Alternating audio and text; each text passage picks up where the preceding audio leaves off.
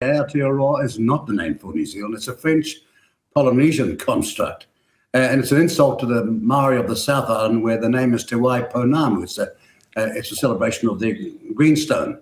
Now, also, if you hop on now, Air New Zealand now, they don't call it Air Aotearoa, but you'll see that we're being told by the hostess in the film that we're watching as travellers that we're going to go for a ride in a waka in the sky. It's all been done in the taxpayer's name. Do you realise that with all these name changes in this country, you've got firemen and firewomen and fire services trying to get somewhere with a name change, and they don't know where they're going. Where every second is critical, where lives are going to be saved by the speed with which they get there. This is the kind of farce that we're having to live with, and it has to be stopped in its tracks, because the people who are pushing this are an elite who are doing it in the name of the mass number of Maori who never asked for it in the first place. And what about the health department? Well, again, instead of getting the operations for people, not waiting 8 years or 8 months and getting emergency treatment when you're there, no, they're changing all the names, and they've also got a preference of the criteria by which they will be seen. Their ethnicity will see you being treated first. Now, ordinary Maori despise this. An ordinary Maori with a European wife or Polynesian wife or an Asian wife or husband is going to despise the fact that they'll get treatment first and not their spouse. But this is what these people, these apparatchiks at the top, behind closed doors, are doing. Where in our case, it's happening covertly behind the scenes, laser-like, with the universities and all sorts of cultural fellow travellers doing all this in secret towards a pathway of co-government.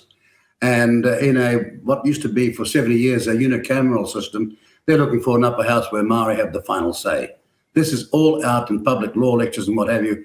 Again, unlicensed by the taxpayer, unknown by the taxpayer of this country, but it is a major, and there's no other word for it, Marxist drive to attack our democracy. We've even got the major railway centre in Auckland on the Waitemata Harbour, which serves 25 suburbs, is now called Waitemata for the train. Now imagine, the Waitemata is the water. That's what Wai means. So these people, they are ridiculous, and they need to be exposed for it. The description Lincoln gave for democracy: of the people, by the people, for the people. Yeah. But these people are of the people, but they're definitely not for them. And so they speak in their name. And when you ask them, who gave you authority? Who made you chief? When were you elected? They can't answer that question, because they don't want elections. They want appointments. And so you've got dual, like the water system that the Labour Party is trying to start, it's called Three Waters, would have Maori having half the say, and only local Maori would have to half the say.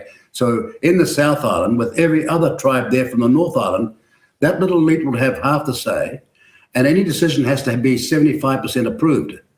Therefore, they've got the total veto. See what happening here?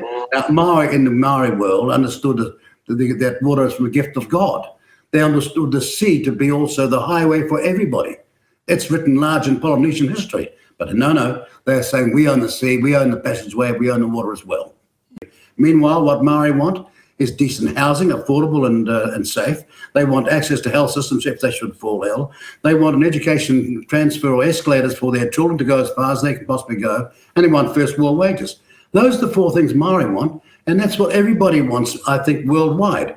But no, these four things will never be treated, because the money will go to the elitist demands of changing and reshaping history and the so-called transformation. The transformation that they're looking for is, of course, the Maori in control in a system where the Maori have the final say, because of the UN Declaration of 2007, which I would not sign up to when I was the Foreign Minister, has been adopted, and they're using that as a base to bring in these nefarious laws. The way they treat anybody that says, well, actually, you're talking nonsense.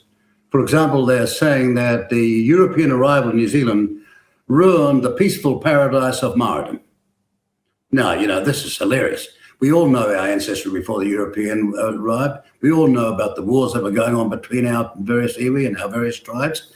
And statements like that they've got four of them, but each one of them is a lie, and denied by former Maori brilliant politicians and historians who never ever agreed with that. But to change where they want to go, they have to rewrite the truth and make it their truth.